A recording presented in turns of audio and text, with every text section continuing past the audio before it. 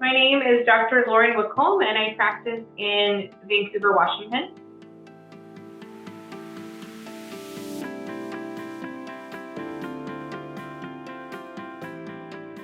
I was attracted to venous diseases because of my interest in helping people get back to their regular way of living. And this is a disease that affects all kinds of people, young and old, and they haven't done anything to deserve this disease. It affects all of us independent of our activity.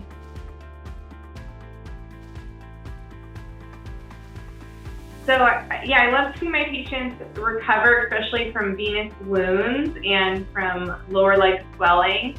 I love to hear my patients say that they can walk better and that they are free of pain.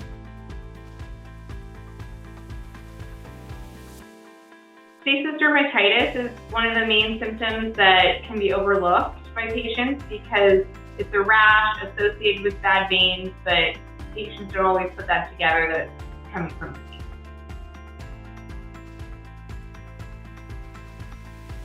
Stasis dermatitis usually happens at the bottom of the ankle, often the inner shin, the inner ankle, and it's very itchy, red, inflamed area of skin.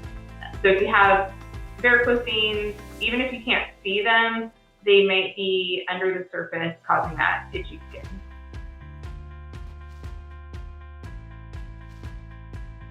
I believe in treating all my patients as I would my family and trying to move them forward to get to their goal of feeling better and living their best life.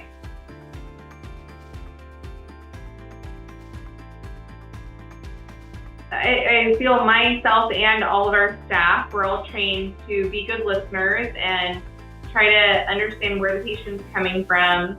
We often take breaks, pause before a treatment to check in with them and see if there's anything we can do to make them more comfortable.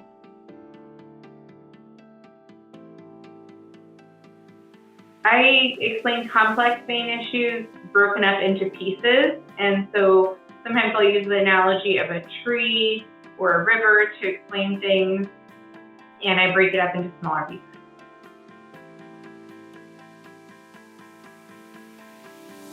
I would say that's very much what the patient thinks of the outcomes themselves more than what I do. So you can either be treating the pathophysiology and just the ultrasound, or you can be listening to your patient and asking them if they feel better and how they are doing. And I think that's more valuable than the ultrasound alone.